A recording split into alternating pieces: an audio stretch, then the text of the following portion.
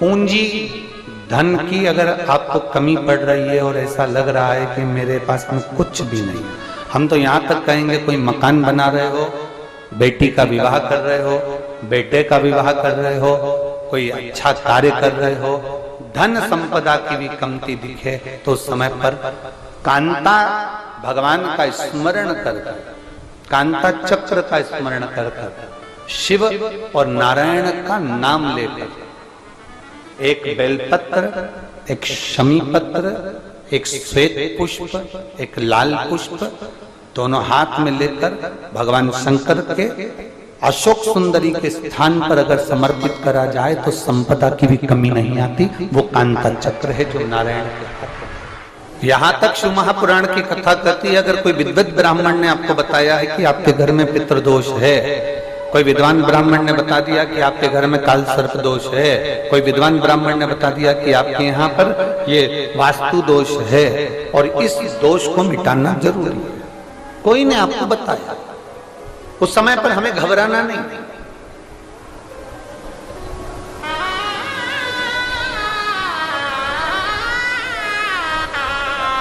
उस समय में घबराने का क्रम नहीं है। कहते हैं पीपल का जो जल झड़ता है पीपल के वृक्ष से, आप लोगों ने कभी देखा है कि नहीं देखा, वो हमको नहीं मालूम।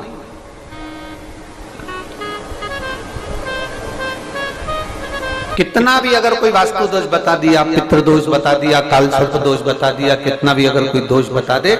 तो पीपल का जो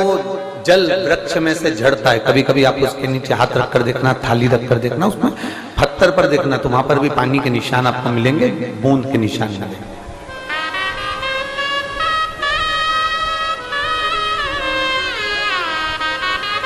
मात्र उस पीपल के वृक्ष के जल की एक बिंदी,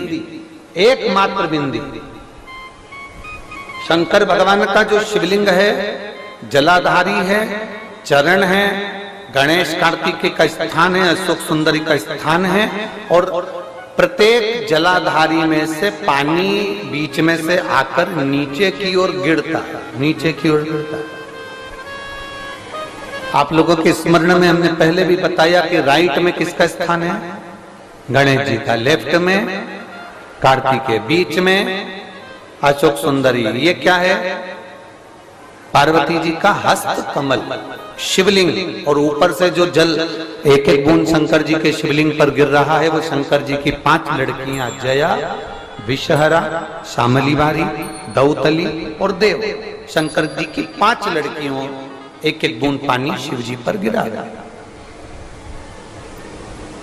जहां जल नीचे गिरता है उस स्थान से जहां तक जल बहकर जा रहा है उस स्थान तक 33 कोटि देवताओं का स्थान,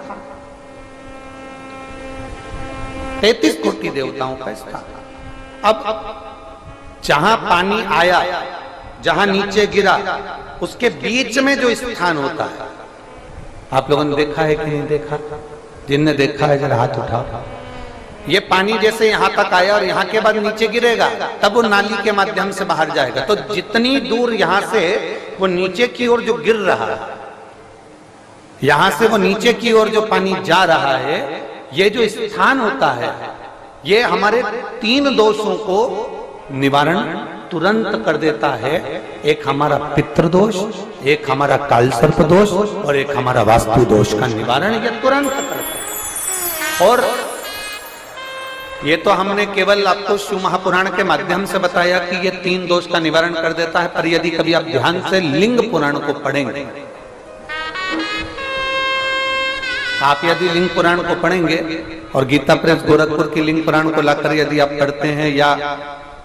गीता प्रेस गोरखपुर की शिव अंक को भी आप अगर पढ़ेंगे, उसका नंबर हमारे स्मरण में नहीं आ रहा है, शिव अंकों को भी अगर आप पढ़ेंगे तो उसमें भी आपको वर्णन मिलेगा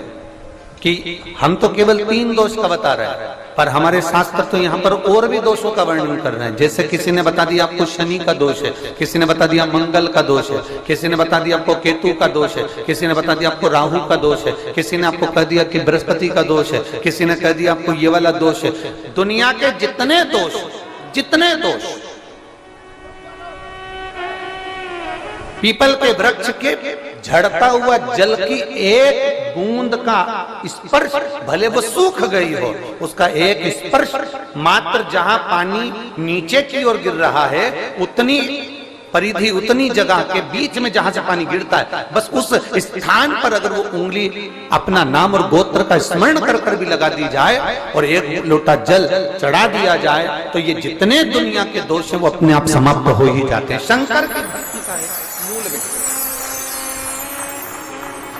बोल बम का नारा है। और अच्छे से समझ लो, जरा ध्यान में आ जाए आप लोगों के, नहीं तो गलत कर बैठो तो बहुत स्मरण रखिएगा। शिवलिंग, जलाधारी, जलाधारी में से पानी, आपने शिव महापुराण की कथा सुनना प्रारंभ करी